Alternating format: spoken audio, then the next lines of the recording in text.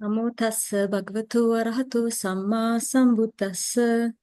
Namo tassa bhagavato arahato samma sambuddhassa. Namo tassa bhagavato arahato samma sambuddhassa. Theruvan Saranai. Good evening, Venerable Mahasangha, Sayales, and brothers and sisters in the Dhamma. Today we are starting on a new triplet, Paritta Tika, limited triplet.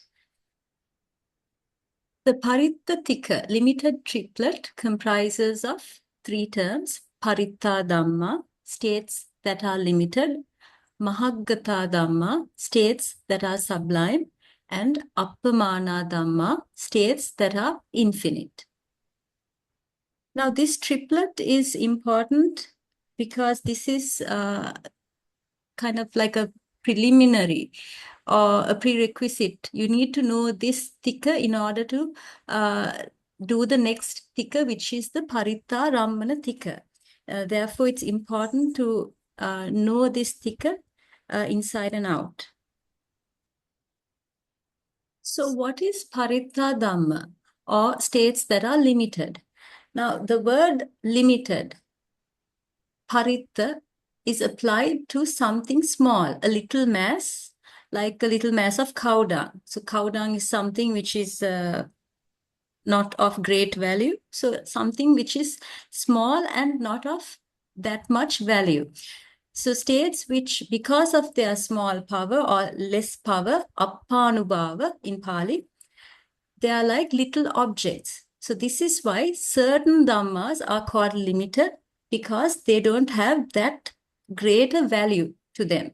So these Paritta Dhamma are with reference to things that are pertaining to the Kamavachara Bhumi, or the sense sphere plane. So now we will move on to the summary section, the Nikkepa Khandha section, and how Paritta Dhamma is described here. Katame Dhamma Paritta. Which are the states that are limited? Sabbeva Kamavachara, Kusala Bhyakata Dhamma.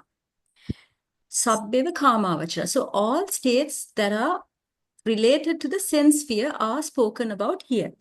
Kusala Bhyakata. Now here, this single word is actually made up of three words: Kusala, Akusala, and Abhyakata. So Kusala refers to wholesome, Akusala refers to unwholesome, and Abhyakata refers to indeterminate. So where do these arise? They arise in the sense sphere plane. Rupa Khandha, Peyala, Vijnana Khandha. So now here we are talking about all five aggregates. So the aggregates of matter, feeling, perception, mental formations, and consciousness. Ime Dhamma Paritta. These are the states that are limited. Now, this is a little different to the other Matika that we were speaking of. In those, we spoke of the Rupa Khandha separately. But here, they are talking about the Rupa Khandha together with the remaining four Khandhas. So, if you look at the sentence or the phrase above, Sabbeva Kamavachara, Kusala Abhyakata. Within that word Abhyakata, the matter or Rupa is also implied. So, inside that word Abhyakata, we must remember that it's not only the Vipaka and the Kriya, but also matter is implied within that word Abhyakata. Now we will look at the Atthakatha Khandam, or the commentary chapter description. Katame Dhamma Paritta. Which are the states that are limited? Kamavachara Kusalan, Akusalan, Sabbo Kamavachara Vipako, Kamavachara Kiryabhyakata. So here, what is different between the what is different from the Nikkepa Khandha is that now individually it's broken down into the different components of the Paritta Dhamma. So here, firstly, Kamavachara Kusala, the sense sphere wholesome Dhamma, Akusala, unwholesome, Sabbo Kamavacharasa Vipako, all sense sphere resultants. So these resultants may be kusala vipaka or akusala vipaka. Kāmāvachara kiriyābhyakataṃ, the sense sphere functional indeterminates. Sabbancha rūpaṃ, and all material form. Ime dhammā paritta, these are the states that are limited. So in a nutshell, the paritta dhamma are the 8 kāmāvachara or sense sphere wholesome consciousness, the 12 akusala unwholesome consciousness, the 23 sense sphere resultants or vipaka. And how do we get these 23? We get 15 ahetuka and 8 mahavipaka. So 15 plus 8, we get 23 altogether. 11 sense sphere kāmāvachara kriya. And how do we get these 11? We get 3 ahetuka, rootless, and 8 mahakriya. So 8 plus 3 gives us 11. And 52 mental factors arise together with them, and 28 rupa. So basically we get the 54 kāmāvachara chitta, 52 mental factors, and 28 rupa. Now we move on to the second term. Mahaggatā Dhamma, states that are sublime. Now what does Mahaggatā mean? Mahaggatā means having reached greatness. So how do they reach greatness? It is from discarding corruptions. So as you know, Mahaggatā, so I haven't mentioned, sorry. So Mahaggatā Dhamma basically refers to the fine material sphere and immaterial sphere Dhamma. So as you know, these are jhana. And in order to achieve these jhana, you need to discard or suppress corruptions. And that is how they reach this greatness. It is also called Mahaggatā because it's abundance of fruition. So it has a lot of great merit for the person who develops it. So there is a lot of bliss. And then in addition to that, when you develop these Rūpāvachara jhana, some people can even have what is called iddhi. So some people can develop an ability to see or hear things that cannot be perceived by the normal eye or ear. So they can see or hear beyond what a normal average person can see or hear. So these are benefits of these states. And also from the length of duration. Now what is meant here is these people can go into these jhanas and they can remain in these jhanic states for long duration. So these are called samapatti. And that also gives a certain kind of peace, a certain kind of bliss to that individual who has obtained these jhanas. So it cannot be obtained by ordinary people. It requires great effort, and for that reason, it is also given this name, Mahaggatā, because it has been reached by a great person or persons. So persons with noble intention, chanda, viriya, energy, chitta, consciousness, and panya, understanding. So you need to have a strong determination, a lot of effort, and you need to have the mind, a strong mind, and also wisdom in order to reach these states. So for all of these reasons put together, the Rūpāvachara and Arūpāvachara states are called Mahaggatā Dhamma. We now come to the Nikkepa Khanda summary section. Katame Dhamma Mahaggatā, which are the states that are sublime? Rūpāvachara, Arūpāvachara. Kusalabhyakata Dhamma. So the states which are wholesome and indeterminate. Now what is meant by indeterminate? Indeterminate refers to both the vipaka resultants as well as the functionals kriya. So where do these arise? These arise in the Rūpāvachara, the fine material sphere, and the Arūpāvachara bhumi, immaterial spheres.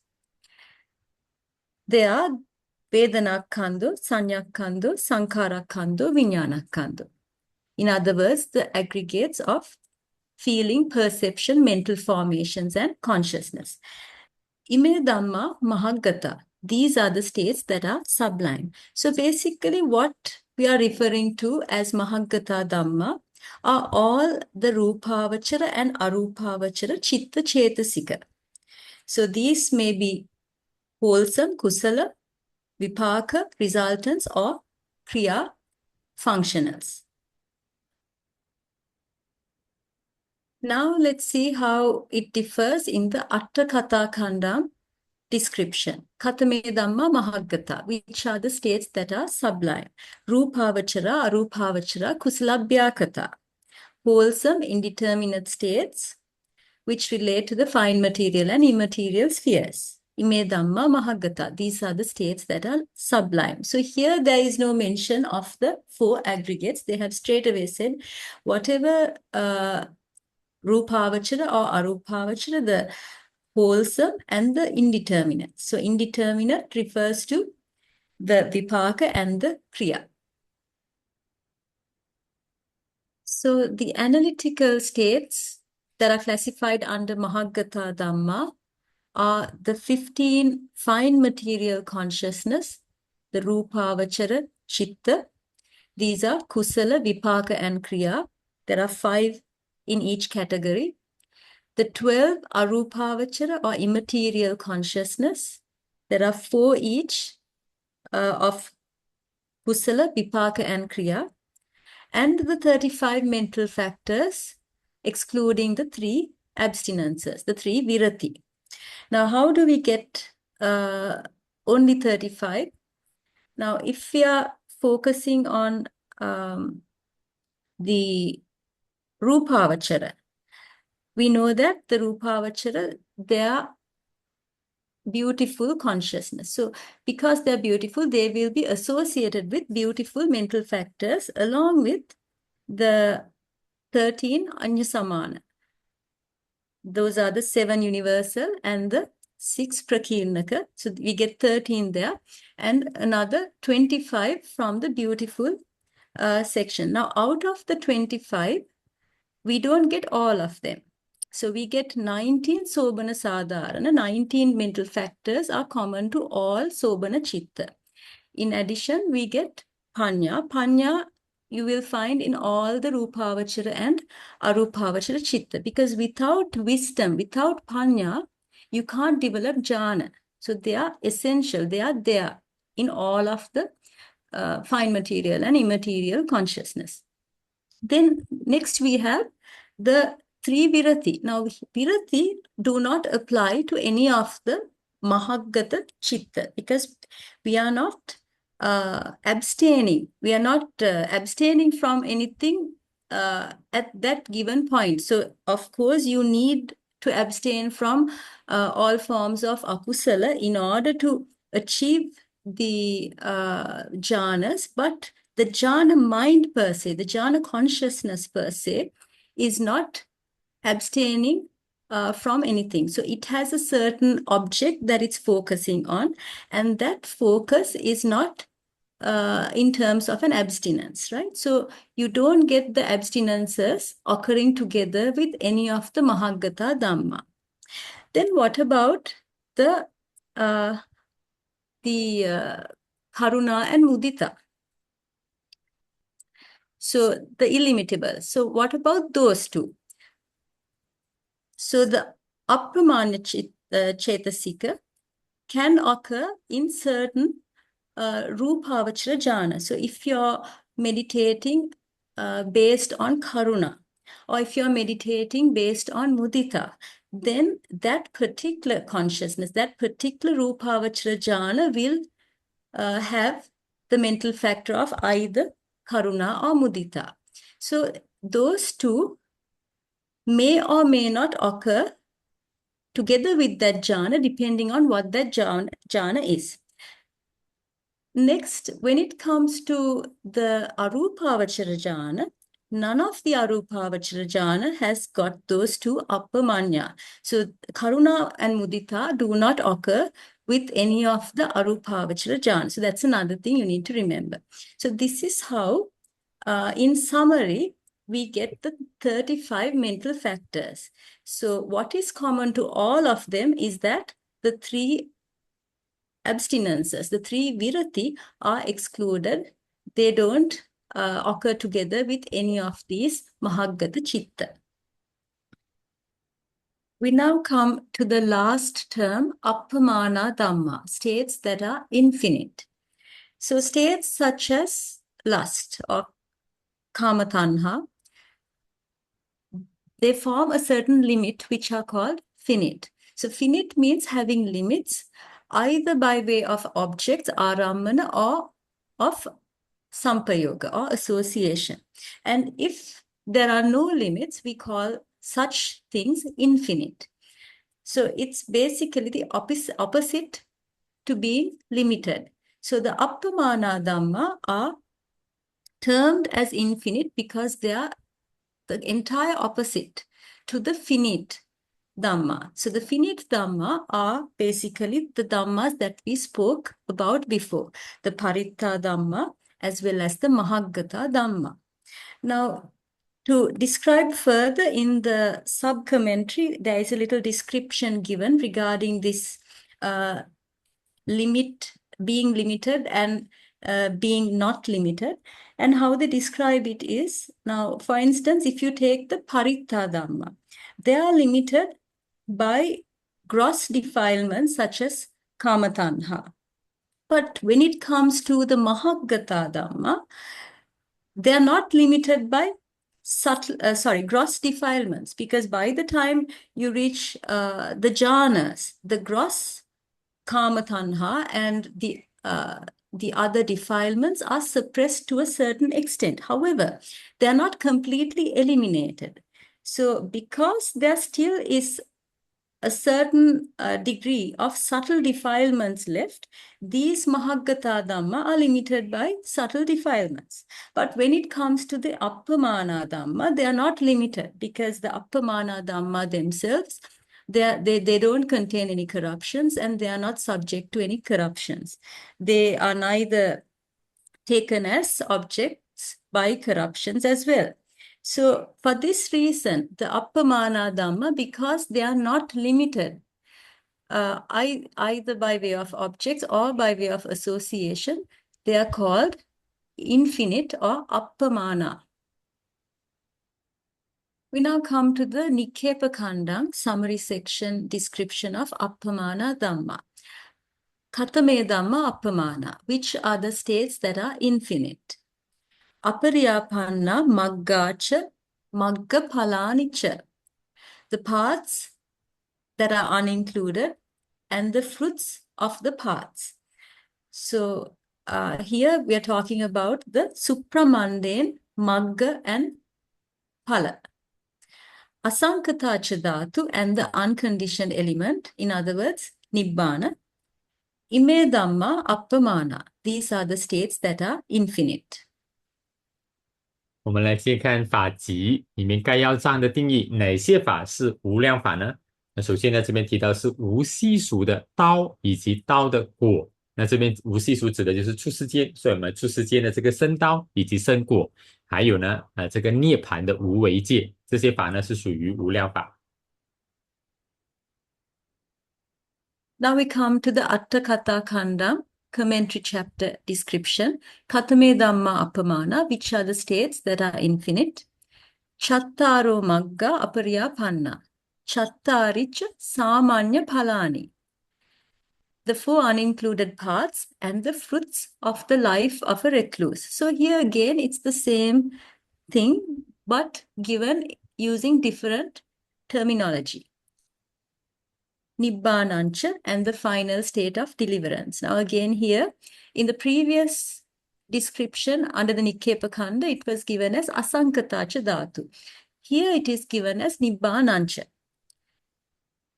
Again, it's referring to the same thing, but it's using a different term. So some people may understand the word Nibbāna better. Another individual may understand asaṅkata dhātu better. So for that reason, these 2 words are given in the 2 descriptions here.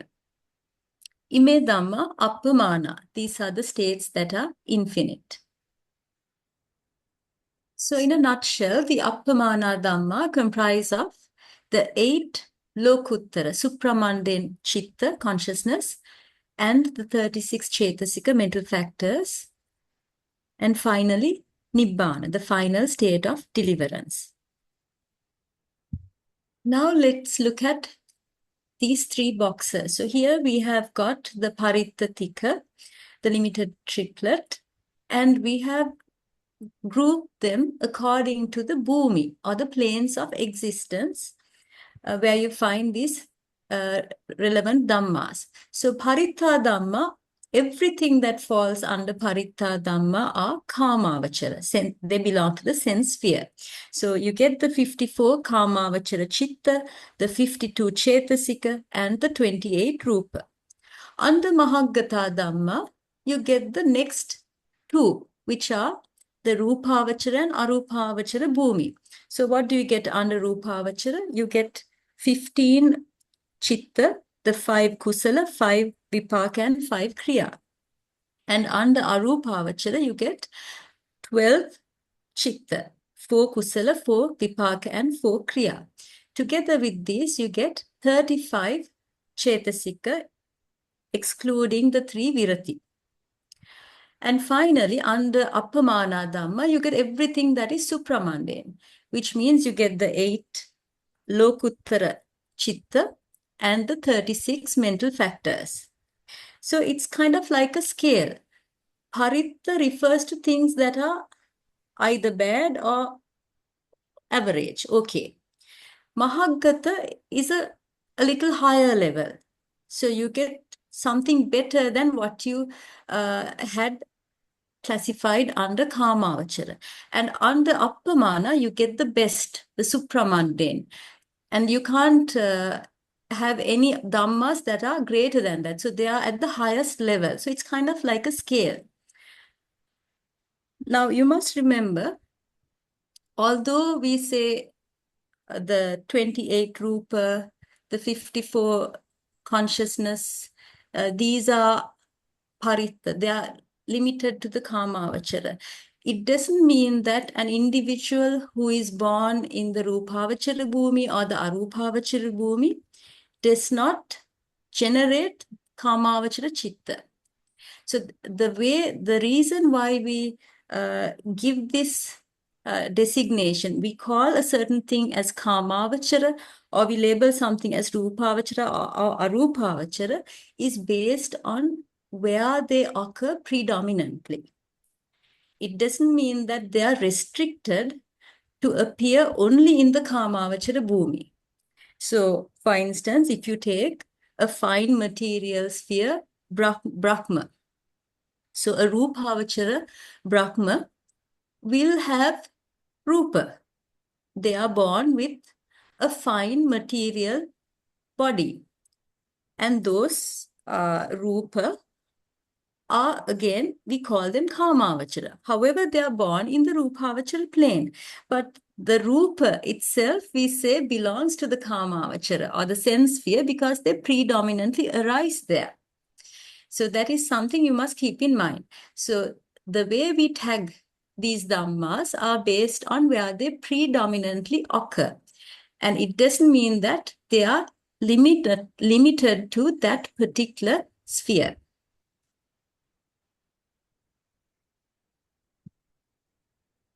So as usual, we come to our exercise at the end of the Matika, and that is to categorize the analytical states of the Paritta Tika limited triplet according to khandha, aggregates, āyatana bases, dhātu, elements, and ariya sacca, noble truths.